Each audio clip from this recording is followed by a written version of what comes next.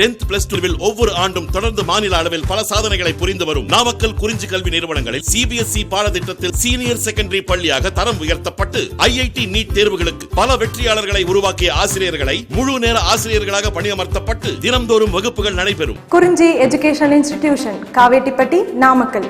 Admission in progress. CBSE KG to 12. Contact 9025895176. Metric 6 to 12. Contact 9344567484. For online admission, log on to www.kurinjischoolnkl.in.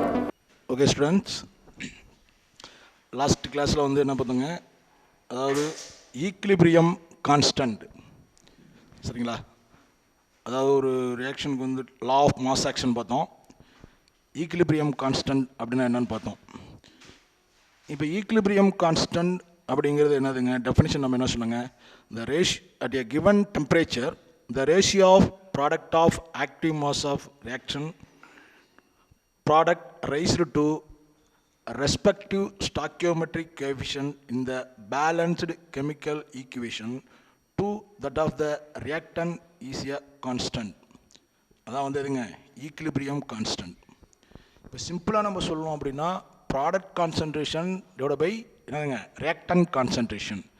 அதோட stoichiometric ஃபார்மை நம்ம என்ன பண்ணுங்க? பவரில் எழுதணும். இப்போ இதில் வந்து நமக்கு வந்து இப்போ நம்ம என்ன பார்க்குறோன்னா relation between KP and KC. இப்போ நம்ம வந்து கேசி நம்ம எதுக்கு அப்ளை பண்ணோம், கேபி நம்ம எதுக்கு அப்ளை பண்ணோம்? அதாவது கேசி அப்படிங்கிறது கான்சன்ட்ரேஷனுக்கு நம்ம அப்ளை பண்ணுங்க. அதாவது இப்போ வந்து கேஸாக இருந்துச்சு அப்படின்னா அதுக்கு நம்ம வந்து என்ன பண்ணுங்க? ப்ரெஷர், பார்ஷியல் ப்ரெஷரை நம்ம வந்து அப்ளை பண்ணணும்னு நம்ம சொல்லியிருந்தோம், சரிங்களா? இப்போ இதுக்கு ரெண்டுக்கும் வந்து என்ன ரிலேஷன், அதாவது relation between KP and KC. இப்போ ஒரு ஜென்ரல் ஈக்குவேஷன் நான் வந்து எழுதியிருக்கேன். X A plus Y B reversible gives L C plus M D. இதில் ஏ பி அப்படிங்கிறது ரியாக்டன்ட்டுங்க, சி டி அப்படிங்கிறது ப்ராடக்ட்டு, எக்ஸ் ஒய் அப்படிங்கிறது அந்த ஏ எக்ஸுங்கிறது எதுங்க? ஏவோட number of moles, stoichiometric moles. பிங்கிறது வந்து அதாவது ஒய்ங்கிறதுங்க பியோட நம்பர் ஆஃப் மோல்ஸ் வச்சுக்கலாம். இங்கே எல் அப்படிங்கிறது சியோடைய நம்பர் ஆஃப் மோல்ஸுங்க, டிங்கிறது எம்மோடைய நம்பர் ஆஃப் மோல்ஸ். அப்போ வந்து எதுங்க? இப்போ ஒரு ஜென்ரல் ஈக்குவேஷனில் X A plus Y B reversible gives L C plus M D. இப்போ இந்த ஈக்குவேஷனுக்கு நம்ம என்ன எழுதுறோங்க? கேசி வந்து எழுதுகிறோம். அப்போ கான்சன்ட்ரேஷனை வச்சு நம்ம வந்து எழுதுறோங்க. கான்சன்ட்ரேஷன் வச்சு எழுதுறப்ப நம்ம என்னதுங்க? Product concentration divided by reactant concentration. இப்போ ப்ராடக்டில் நமக்கு வந்து என்ன இருக்குங்க? சியும் டியும் இருக்குது. அதோடைய எதை நம்ம போடணுங்க? அந்த ஸ்டாக்கியோமெட்ரிக் கோஎஃபிஷியன்ட்டை நம்ம எதில் போடணும்? பவரில் போடணும். அதாவது எக்ஸு ஒய் எல் எம் இது வந்து எதுங்க? ஸ்டாக்கியோமெட்ரிக் கோஎஃபிஷியன்ட், அதை நம்ம பவரில் போடணும். இப்போ நம்ம வந்து ப்ராடக்ட் கான்சன்ட்ரேஷன் அப்படிங்க, இது ப்ராடக்ட் வந்து எதுங்க? சியும் டியும் ப்ராடக்ட்டு. அப்போ அதை என்ன பண்ணணும்? மல்டிப்ளை பண்ணணும். அப்போ சியோட concentration active mass or concentration இப்போ ஸ்கொயர் ப்ராக்கெட்டில் தான் நம்ம வந்து போடணும். அப்போ ஸ்கொயர் ப்ராக்கெட் எதை சார் ரெப்ரசன்ட் பண்ணுது அப்படின்னா, ஸ்கொயர் ப்ராக்கெட் ரெப்ரசன்ட் எதை பண்ணுதுங்க? அதாவது கான்சன்ட்ரேஷன் இல்லைன்னா என்ன சொல்லாங்க? Active mass. அப்போ வந்து அதுங்க ப்ராடக்ட் கான்சன்ட்ரேஷன் சியா, அப்போ அதோட கான்சன்ட்ரேஷன் அதோட ஸ்டாக்கியோமெட்ரிக் கோஎஃபிஷியன்ட் இல்லை, அதை நம்ம பவரில் போட்டோமா into concentration of D power M. அதாவது எதுங்க? டியோட கான்சன்ட்ரேஷன். அந்த கான்சன்ட்ரேஷன் நம்ம வந்து எழுதாமல் நம்ம என்ன பண்ணுறோங்க? ஸ்கொயர் ப்ராக்கெட்டில் நம்ம போட்டுக்கணும். அப்போ ஸ்கொயர் ப்ராக்கெட்டில் போட்டு அதோட ஸ்டாக்கியோமெட்ரிக் கோஎஃபிஷியன்ட் நம்ம என்ன பண்ணுங்க? பவரில் போட்டுக்கணும். அப்போ concentration of C power L into concentration of D power M divided by இப்போ நமக்கு எதுங்க? ரியாக்டன்ட் கான்சன்ட்ரேஷன் எழுதணுமா? அப்போ ரியாக்டன்ட் கான்சன்ட்ரேஷன் என்னதுங்க? ஏவும் பியும் தான். அப்போ concentration of A power X இந்த concentration of B power Y, இதான் வந்து எதுங்க? கேசி. சரியா? கான்சன்ட்ரேஷனை நம்ம வந்து யூஸ் பண்ணி எழுதுறோம்னா அந்த கான்ஸ்டன்ட் எதுங்க? கேசி. அதான் ஈக்லிபிரியம் கான்ஸ்டன்ட் கேசி. அப்போ இந்த ஜென்ரல் ஈக்குவேஷனுக்கு நம்ம கேசி எழுதணும்னா கேசி வேல்யூ எவ்வளோங்க? Concentration of C power L into concentration of D power M. எக்காக இருந்து கொண்டு இங்கே நம்ம என்ன போடக்கூடாதுங்க? ப்ளஸ் போடக்கூடாது. இங்கே நம்ம ப்ளஸ் போட்டு எழுதுனாலும் இங்கே நம்ம வந்து ப்ளஸ் போடக்கூடாது. நம்மளாவே நம்ம என்ன பண்ணிக்குவோம்? ப்ளஸ் வந்துடும். ஆனால் இங்கே வந்து என்ன பண்ணணும்? மல்டிப்ளிகேஷன் தான் பண்ணணும், சரிங்களா? அப்போ KC equal to concentration of C power L into concentration of D power M divided by concentration of A power x into concentration of B power y. இப்போ இதே ஈக்குவேஷனுக்கு நான் என்ன பண்ணுறேன்? பார்ஷியல் ப்ரெஷர் அப்ளை பண்ணுறேன். அதாவது கேபி வேல்யூ நான் எழுதுகிறேன். அப்போ கேபி வேல்யூ எழுதணும்னா என்ன சொல்லியிருக்கோம், இந்த ஸ்கொயர் ப்ராக்கெட் எடுத்துகிட்டு பார்ஷியல் ப்ரெஷர் நான் வந்து அப்ளை பண்ணணும், அதாவது பி. சரிங்களா? அப்போ என்ன ஆகுங்க, இந்த கான்சன்ட்ரேஷனை எடுத்துகிட்டு என்ன வருங்க, பி, அதாவது ப்ராடக்ட் தான், ப்ராடக்ட் வந்து எதுங்க சி, அதோட ஸ்டாக்கியோமெட்ரிக் கோஎஃபிஷியன்ட் பவரில் போட்டுக்கணும். அப்போ P C power L into P D power M divided by P A power X into P B power Y. சரிங்களா? அதாவது கான்சன்ட்ரேஷன் நம்ம அப்ளை பண்ணோம்னா அது வந்து கேசிங்க, பார்ஷியல் ப்ரெஷர் அப்ளை பண்ணால் அது வந்து எதுங்க கேபி. இப்போ இது ரெண்டுக்கும் வந்து என்ன சார் பண்ணணும்னா என்ன டிஃப்ரென்ஸுங்க, இங்கே வந்து ஸ்கொயர் ப்ராக்கெட் நம்ம போட்டிருப்போம், இங்கே ஸ்கொயர் ப்ராக்கெட்டுக்கு பதிலாக நம்ம என்ன பண்ணுங்க பார்ஷியல் ப்ரெஷர் நம்ம வந்து அப்ளை பண்ணிப்போம். ப்ரெஷர் பங்குதுங்க பி அப்படிங்கிறது இந்த இடத்துலங்க பார்ஷியல் ப்ரெஷர். சரியா? அப்போ KP equal to P C power L into P D power M divide by P A power X into P B power Y. இப்போ நம்ம என்ன எழுதியாச்சு, இந்த ஜென்ரல் ஈக்குவேஷனுக்கு கேசி வேல்யூ எழுதியாச்சு, கேபி வேல்யூ எழுதியாச்சு. இப்போ நமக்கு வந்து ஒரு ஐடியல் கேஸ் ஈக்குவேஷன் நமக்கு இருக்குங்க. ஐடியல் கேஸ் ஈக்குவேஷன் என்ன அப்படின்னா PV equal to NRT. Ideal gas equation என்னதுங்க, பிவி ஈக்குவல் டு என்ஆர்டி. இதில் பி அப்படிங்கிறது என்னதுங்க ப்ரெஷருங்க, வி அப்படிங்கிறது என்னதுங்க வால்யூம், என்னங்கிறது number of moles, R gas constant, T temperature. நமக்கு ஐடியல் கேஸ் ஈக்குவேஷன் என்னது, பிவி ஈக்குவல் டு என்ஆர்டி. பிங்கிறது ப்ரெஷர், விங்கிறது வால்யூம், என்னங்கிறது நம்பர் ஆஃப் மோல்ஸு, ஆர் வந்துங்க கேஸ் கான்ஸ்டன்ட், டிங்கிறது டெம்பரேச்சர். இப்போ நான் வந்து என்ன பண்ணுறேன், ப்ரெஷர் நமக்கு வந்து வேணும். அப்போ இந்த வியை நான் என்ன பண்ணுறேன் இந்த பக்கம் கொண்டு வரேன். அப்போ என்ன வருங்க, பி ஈக்குவல் டு வி இந்த பக்கம் வந்துச்சுன்னா என்ன ஆகுங்க, மல்டிப்ளிகேஷன் ஈக்குவல் டு இந்த பக்கம் வரப்போ நமக்கு இதுங்க டிவைடில் வருங்க. அப்போ P equal to N by V into RT. சரிங்களா? பி இந்த பக்கம் வரப்போ நமக்கு டிவைடில் வருமா, அப்போ என்ன வருங்க, இப்போ P equal to N by V into RT. இதில் என் பை வி அப்படிங்கிறது தான் நம்ம என்ன சொல்லுங்க ஆக்டிவ் மாஸ். என் பை விங்கிறது என்னதுங்க ஆக்டிவ் மாஸ், இல்லைன்னா என்ன சொல்லுங்க மோலார் கான்சன்ட்ரேஷன். சரிங்களா? என் பை வி அப்படிங்கிறது என்னதுங்க active mass or molar concentration. அதுதான் இப்போ நம்ம சொல்லிப்பேன், active mass or molar concentration equal to N by we.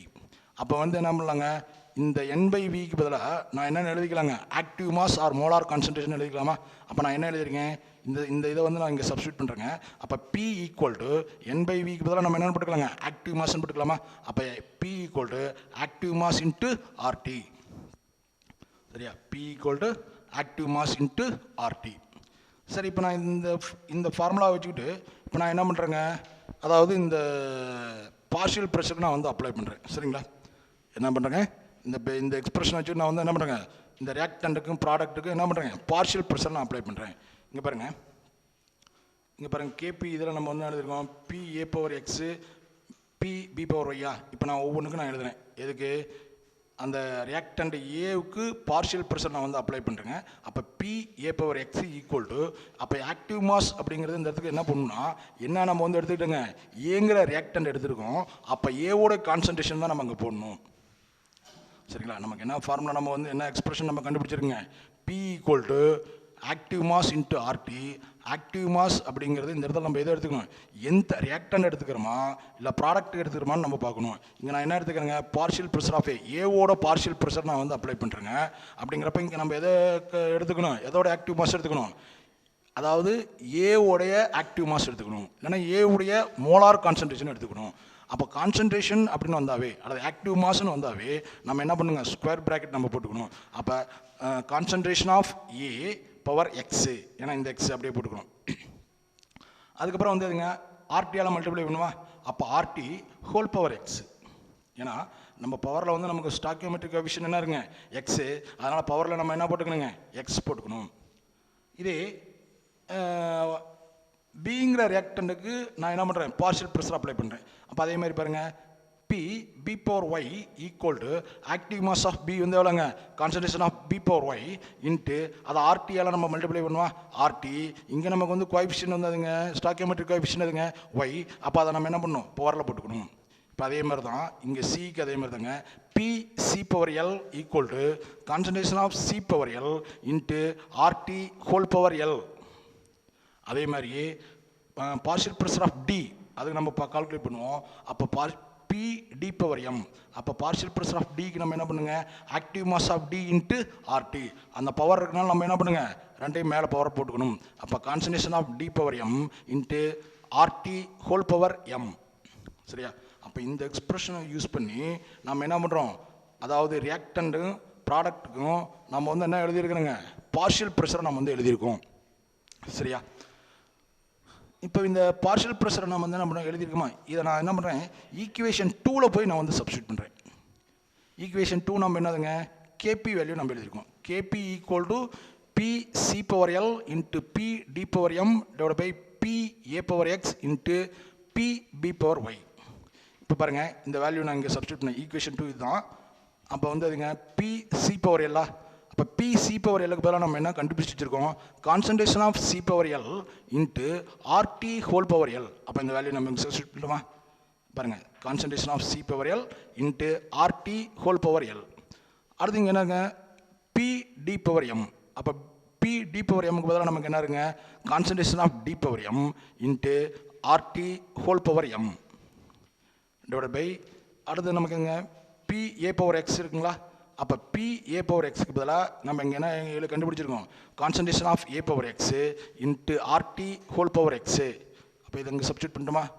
அடுத்தது அதே மாதிரியே பி பி பவர் ஒய், அதுக்கு பதிலாக நமக்கு என்ன கண்டுபிடிச்சிருக்கோம், concentration of B power Y into RT whole power Y. அப்போ இந்த வேல்யூ நம்ம மறுபடியும் இங்கே சப்ஸ்டியூட் பண்ணோம். இப்போ என்ன பண்ணோம், இந்த நம்ம பார்ஷியல் ப்ரெஷர் கண்டுபிடிச்ச வேல்யூவை ஈக்குவேஷன் 2ல் நான் என்ன பண்ணேன், அப்படியே சப்ஸ்டியூட் பண்ணிட்டேன். இதை நம்ம ஈக்குவேஷன் 3ன்னு நம்ம வச்சுக்கோ. இப்போ நான் வந்து சிம்பிளிஃபை பண்ணுறேன். இப்போ பாருங்கள், இதுவும் ஆர்டி ஹோல் பவர் எல்லுங்க, ஆர்டி ஹோல் பவர் எல். அப்போ நமக்கு வந்து பேஸ் நமக்கு வந்து ஈக்குவலாக இருந்துச்சுன்னா பவரை நம்ம என்ன பண்ணலாங்க, ஆட் பண்ணி எழுதிக்கலாம். அப்போ என்ன பண்ணுறேன், இதை மட்டும் நான் பேஸ் பண்ணிவிட்டு மீதி இந்த பக்கம் ஒன்று, concentration of C power L, concentration of D power M, இது ஆர்டி ரெண்டு பேஸ் ஒன்றா இருங்க. அப்போ ஒரே ஒரு ஆர்டி மட்டும் போட்டுக்கினேன், பவரை மட்டும் நான் என்ன பண்ணிட்டேன், ஆட் பண்ணி எழுதிக்கினேன். அப்போ RT whole power L plus M. அதே மாதிரி கீழே பாருங்கள், இதே மாதிரி இங்கேயும் ஆர்டி நமக்கு வந்து பேஸ் நமக்கு ஈக்குவலாக இருக்குது. அப்போ பவரை நம்ம என்ன பண்ணிக்கலாம், ஆட் பண்ணி எழுதிக்கலாம். அப்போ என்ன வருதுங்க, concentration of A power X into concentration of B power Y into RT whole power, power ரெண்டு ஆட் பண்ண என்ன வருங்க, எக்ஸ் ப்ளஸ் ஒய். சரியா? இப்போ இதே பாருங்கள், இது கீழேயும் மேலேயும் நமக்கு பவர் ஒன்று, அதாவது இதுங்க பேஸ் ஒன்று தான், ஆர்டி ஆர்டி இருக்குங்க. ஆனால் பவர் மட்டும் நமக்கு என்னதுங்க வேரி ஆகுது. இப்போ இந்த மாதிரி இருக்கிறப்ப நம்ம என்ன பண்ணணும்னா என்ன பண்ணுங்க, அதாவது சப்ராக்ட் பண்ணி எழுதிக்கணும். சரிதானே? அப்போ இது எப்படி சார் எழுதுறோம்னா, KP equal to concentration of C power L into concentration of D power M divide by concentration of A power X into concentration of B power Y into RT பேஸ் நமக்கு வந்து ஈக்குவலுங்க. அப்போ இது வந்து எதுங்க மேலே போகிறப்ப நமக்கு வந்து மைனஸ்னு ஆயிரும். அப்போ L plus M minus X plus Y. சரியா? அப்போ இந்த டேர்மை நம்ம வந்து எப்படி ஸ்டார்ட் பண்ணி எழுதியிருக்குங்க, KP equal to concentration of C power L into concentration of D power M divided by concentration of A power x into concentration of B power y into RT whole power L plus M minus x plus y. இப்போ நான் என்ன பண்ணுறேன், ஒன்றாவது ஈக்குவேஷனையும் fourth equation நான் வந்து என்ன பண்ணுறேன், compare பண்ணுறேன். இப்போ ஃபஸ்ட் ஈக்குவேஷன் நம்ம எழுதுங்க, கேசி நம்ம எழுதிருக்கோம். கேசி வேல்யூ என்ன எழுதிருக்குங்க, concentration of C power L into concentration of D power M divide by concentration of A power X into concentration of B power ஒய்னு எழுதிருக்கோம்.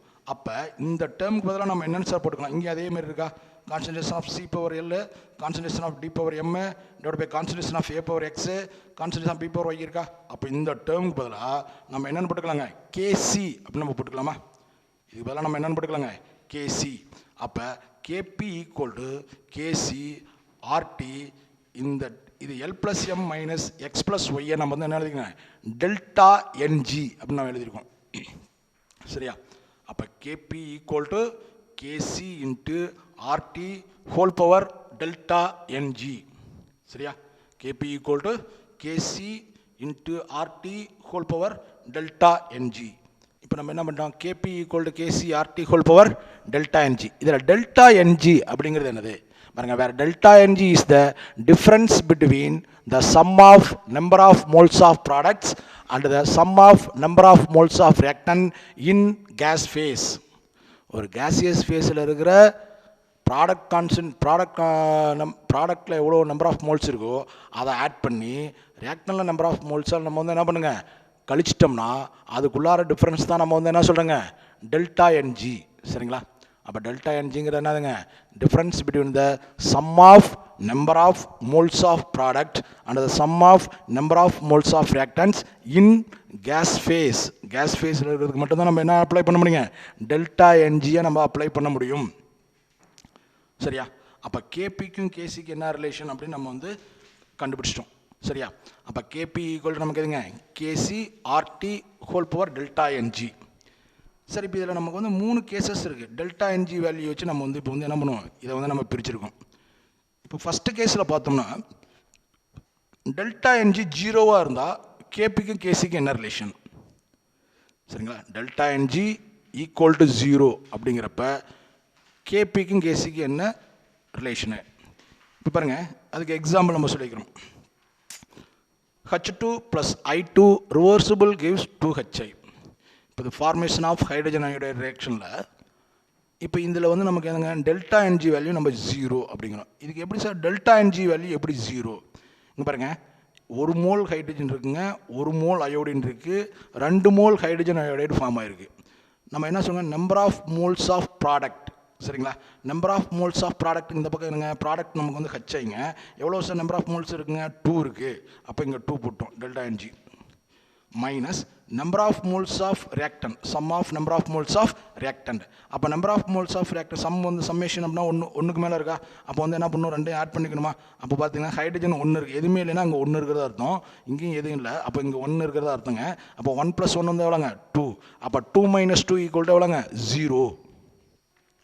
டெல்டா என்ஜி வேல்யூ எப்படி calculate பண்ணுறது? Number of moles of ப்ராடக்ட்டும் minus number of moles of reactant. சரியா? More தேன் 1 இருந்துச்சுன்னா அதெல்லாம் என்ன பண்ணிக்கணும் add பண்ணிக்கணும். இது எதுக்கு மட்டும் தான் நம்ம அப்ளை ஆகுங்க கேசியஸ் ஃபேஸ்க்கு மட்டும் தான் நமக்கு வந்து அப்ளை ஆகும். அப்போ டெல்டா என்ஜி 0. சரியா? சரி, இப்போ இதுக்கு டெல்டா என்ஜி 0 அப்படின்னா அப்போ இங்கே பாருங்கள் நமக்கு என்ன ஃபார்முலாங்க KP equal to KC RT whole power delta என்ஜியா. அப்போ டெல்டா என்ஜிக்கு பதிலாக நம்ம என்ன பண்ணலாங்க 0 போடலாமா? அப்போ டெல்டா என்ஜிக்கு பதிலாக 0 போட்டோம்னா எனிதிங் பவர் 0 வேல்யூ நமக்கு என்னதுங்க 1. சரியா? எனிதிங் பவர் 0 வேல்யூ எவ்வளோங்க 1. அப்போ நமக்கு என்னன்னா கேபி ஈக்குவல் டு என்னென்ன ஆயிருங்க கேசி. சரியா? KP equal to KC. அப்போ டெல்டா என்ஜி வேல்யூ 0 அப்படின்னா அப்போ வந்து என்ன இருங்க கேபியும் கேசியும் நமக்கு என்னவாக இருக்கும் ஈக்குவலாக இருக்கும். இப்போ இதே பேர் இன்னொரு எக்ஸாம்பிள் நம்ம கொடுத்துருக்காங்க. நைட்ரஜனும் ஆக்சிஜனும் நமக்கு ரியாக்ட் ஆகி நைட்ரிக் ஆக்சைடு ஃபார்ம் பண்ணுது. நைட்ரஜனும் ஆக்சிஜனும் பாருங்கள் ரியாக்ட் ஆகி என்னதுங்க நைட்ரிக் ஆக்சைடு. இது ஒரு equilibrium reaction. N2 + O2 reversible gives 2NO. இப்போ இங்கே பாருங்கள் டெல்டா என்ஜி கால்குலேட் பண்ணுங்கள். டெல்டா என்ஜி எப்படி கால்குலேட் பண்ணலாம்? Number of moles of product எவ்வளோங்க 2. இப்போ number of moles of reactant இங்கே 1 இங்கே 1. அப்போ இங்கேயும் எடுத்துனீங்க 1 + 1 எவ்வளோங்க 2. அப்போ 2 - 2 = எவ்வளோங்க 0. அப்போ இந்த ரியாக்ஷனுக்கும் என்னதுங்க கேபி கேசி நமக்கு என்னவாக இருக்கும் ஈக்குவலாக இருக்கும். அப்போ கேபி ஈக்குவல் டு எதுங்க கேசி. சரியா? அப்போ பாருங்கள் டெல்டா என்ஜி 0 அப்படின்னா அப்போ நமக்கு வந்து எதுங்க கேபிக்கும் கேசிக்கும் என்ன ரிலேஷனுங்க கேபி ஈக்குவல் டு கேசி. சரி, இதே செகண்ட் கேஸ் பார்த்தீங்கன்னா எதுங்க டெல்டா என்ஜி நமக்கு வந்து பாசிட்டிவாக இருந்துச்சுன்னா என்ன? ஸோ இப்போ டெல்டா என்ஜி பாசிட்டிவ் அப்படின்னா பாருங்க இன்னொரு நம்ம வந்து எக்ஸாம்பிள் நம்ம எடுத்துக்கிறோம். Decomposition of ammonia. அமோனியா நமக்கு என்னவாகுங்க டீகம்போஸ் ஆகுது. அப்போ டீகம்போஸ் ஆக எதுங்க நைட்ரஜனும் ஹைட்ரஜனும் நமக்கு வந்து ஃபார்ம் பண்ணுது. பாருங்க 2NH3 reversible gives N2 + 3H2. இது எல்லாமே என்னதுங்க கேசியஸ் ஃபேஸில் தான் இருக்குது. சரியா? இப்போ நம்ம என்ன கால்குலேட் பண்ணுங்க டெல்டா என்ஜி கால்குலேட் பண்ணணும். டெல்டா என்ஜி எப்படி கால்குலேட் பண்ணுறது? Number of moles of product. அப்போ number of moles of product எவ்வளோங்க நைட்ரஜன் 1 இருக்குங்க, ஹைட்ரஜன் எத்தனைங்க 3. அப்போ 3 + 1 வந்து எவ்வளோங்க 4 minus number of moles of reactant. அப்போ number of moles of reactant எவ்வளோங்க 2. அப்போ -2. அப்போ 4 - 2 எவ்வளோ சார்னா 2. சரியா? இந்த வேல்யூ நம்ம வந்து என்ன பண்ணுறோங்க நமக்கு ரிலேஷன் நமக்கு தெரியும் KP equal to KC RT whole power delta NG. அப்போ டெல்டா என்ஜிக்கு பதிலாக நான் இங்கே 2 சப்ஸ்டியூட் பண்ணுறேன். சரியா? இப்போ பாருங்கள் இதில் எப்படி சார் நமக்கு வந்து கேபி ஈக்குவல் டு என்ன வருங்க கேசி ஆர்டி ஹோல் பவர் 2. சரியா? இதில் கேபி கிரேட்டர் தேன் கேசி அப்படின்னு நம்ம சொல்லணும்.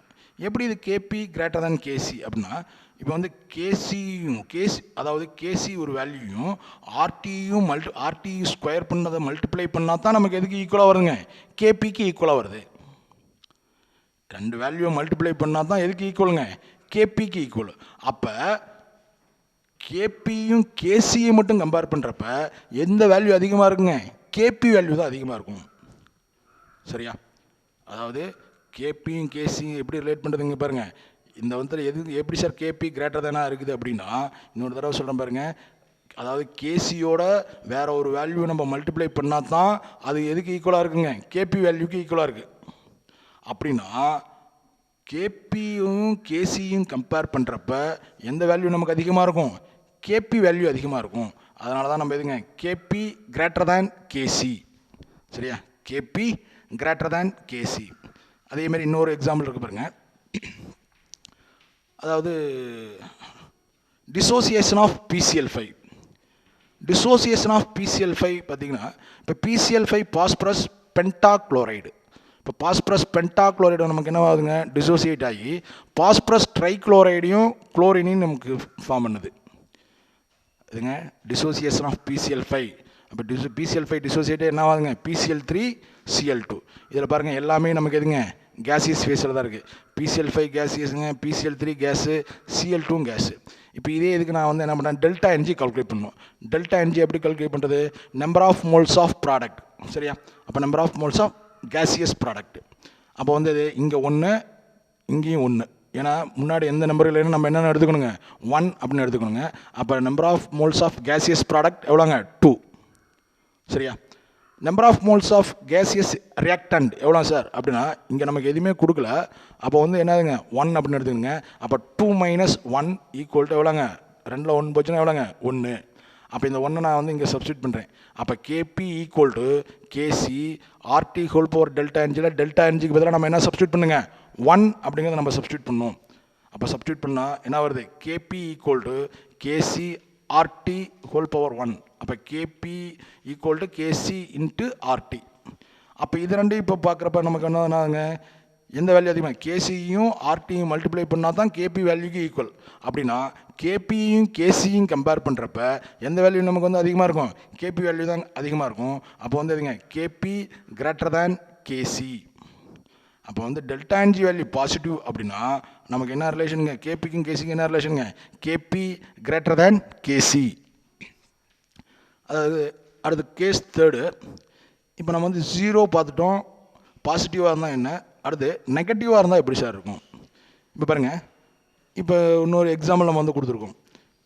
அதாவது ஹைட்ரஜனும் ஆக்சிஜனும் ரியாக்ட் ஆகி வாட்டரை நமக்கு வந்து ப்ரொடியூஸ் பண்ணுதுங்க. ஹைட்ரஜனும் ஆக்சிஜனும் ரியாக்ட் ஆகி எதுங்க, வாட்டரை ப்ரொடியூஸ் பண்ணுது. இங்கே பாருங்கள், H2 + O2 reversible gives H2O. அப்போ அது பேலன்ஸ் பண்ணுறப்ப என்ன வருங்க, 2H2 + O2 reversible gives 2H2O. இது எல்லாமே எதில் இருக்குங்க, கேசியஸ் ஃபேஸில் இருக்குது. இப்போ நமக்கு வந்து டெல்டா என்ஜி கால்குலேட் பண்ணாதுங்க. டெல்டா என்ஜி எப்படி கால்குலேட் பண்ணணும், number of moles of gaseous product minus number of moles of gaseous reactant. அப்போ number of moles of gaseous product எவ்வளோங்க, 2ங்க. இங்கே பாருங்கள், number of moles of gaseous reactant எவ்வளோங்க, 2 + 1. அப்போ 2 + 1 எவ்வளோங்க, 3. அப்போ 2 - 3 அப்போ எவ்வளோ வேல்யூங்க, -1. அப்போ நமக்கு வந்து ஃபார்முலா, ஜென்ரல் ஃபார்முலா நமக்கு எதுங்க, கேபி கேசி என்ன relation, KP equal to KC RT whole power delta NG. அப்போ அந்த டெல்டா என்ஜிக்கு பதிலாக நம்ம இப்போ என்ன வேல்யூ பண்ணுங்க, -1 நம்ம சப்ஸ்டியூட் பண்ணணும். அப்போ KP equal to KC into RT whole power -1. சரியா? அப்போ ஹோல் பவர் -1 அப்படின்னா இதை நான் என்ன பண்ணலாம், டிவைடில் கொண்டு வந்துடலாமா. அப்போ KP equal to KC divided by RT. இப்போ என்ன ஆகுது, கேசி வேல்யூவை வேற ஒரு வேல்யூவால் டிவைட் பண்ணால் தான் நமக்கு என்ன வருங்க, கேபிக்கு ஈக்குவலாக இருக்குது. அப்படின்னா கேபியும் கேசியும் கம்பேர் பண்ணுறப்ப கேசி வேல்யூ நமக்கு என்னவாக இருக்கும், அதிகமாக இருக்கும். அதனால தான் கேபி லெஸ் தேன் கேசி. சரிங்களா? KP less than KC. வேறு ஒன் மோர் எக்ஸாம்பிள் பாருங்கள். Formation of sulphur trioxide. இப்போ சல்ஃபர் டை ஆக்சைடை என்ன பண்ணுறேன், ஆக்சிஜனோட நான் வந்து ஆக்சிடைஸ் பண்ணுறேங்க. அப்போ என்ன ஆகுது, சல்ஃபர் ட்ரை ஆக்சைடு ஃபார்ம் ஆகுது. SO2 O2 reversible gives SO3. அப்போ பேலன்ஸ் பண்ணுறப்போ நமக்கு என்ன வருங்க 2SO2 plus O2 reversible gives 2SO3. இங்கேயும் பாருங்கள், அதாவது ரியாக்டண்ட்டும் கேஸ் தான், ப்ராடக்ட்டும் வந்ததுங்க கேஸ் தான். அப்போ இதில் நம்ம டெல்டா என்ஜி நம்ம வந்து கால்குலேட் பண்ணணும். அப்போ டெல்டா என்ஜி எப்படி கால்குலேட் பண்ணுங்க, number of moles of gaseous product minus number of moles of gaseous reactant.